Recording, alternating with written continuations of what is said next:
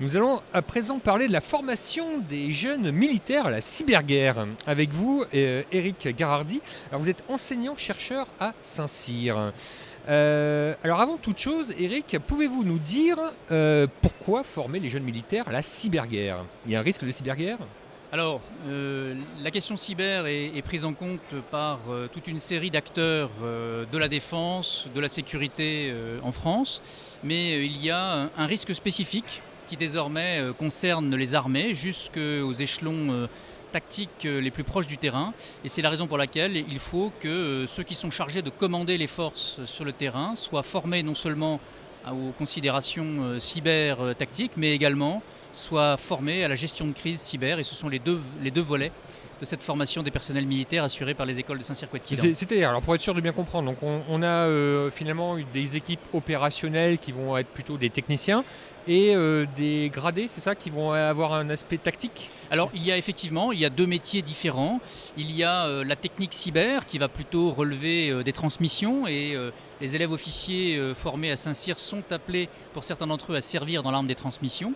Et puis il y a la gestion de crise cyber et là c'est une compétence qui est dévolue de manière interarmée aux écoles de Saint-Cyr-Couët-Quillan sur la base des travaux de recherche effectués par la chaire Saint-Cyr Thales Sogeti, la chaire cyberdéfense, cybersécurité. Eh bien, le ministre de la Défense a souhaité en 2015 que nous créions un master spécialisé dans le domaine cyber. Et ce master spécialisé forme des officiers supérieurs en début de parcours d'officier supérieur au grade de commandant.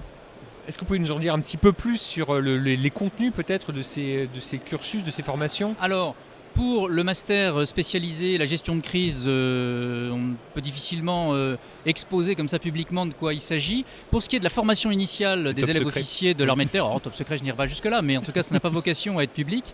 Pour ce qui est de la formation des élèves officiers, là encore sans rentrer dans le contenu, on peut dire qu'il y a deux grands aspects à distinguer. Il y a d'abord la formation qui est assurée à l'ensemble des élèves officiers.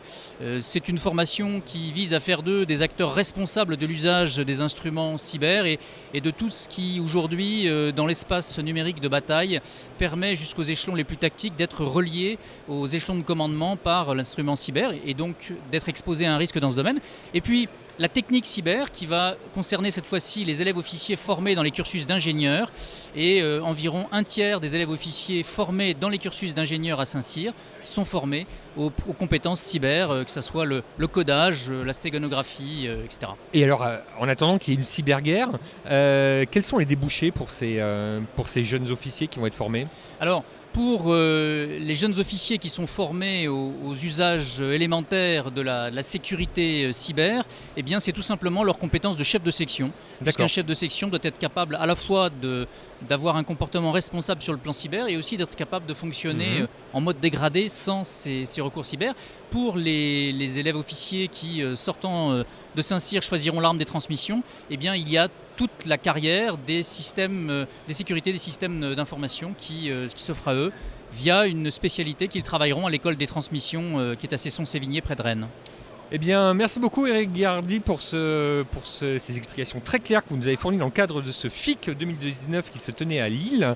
Et j'invite nos spectateurs à consulter nos autres vidéos sur les risques qui menacent finalement nos sociétés, nos entreprises, nos civilisations en 2019. Merci à tous. Merci.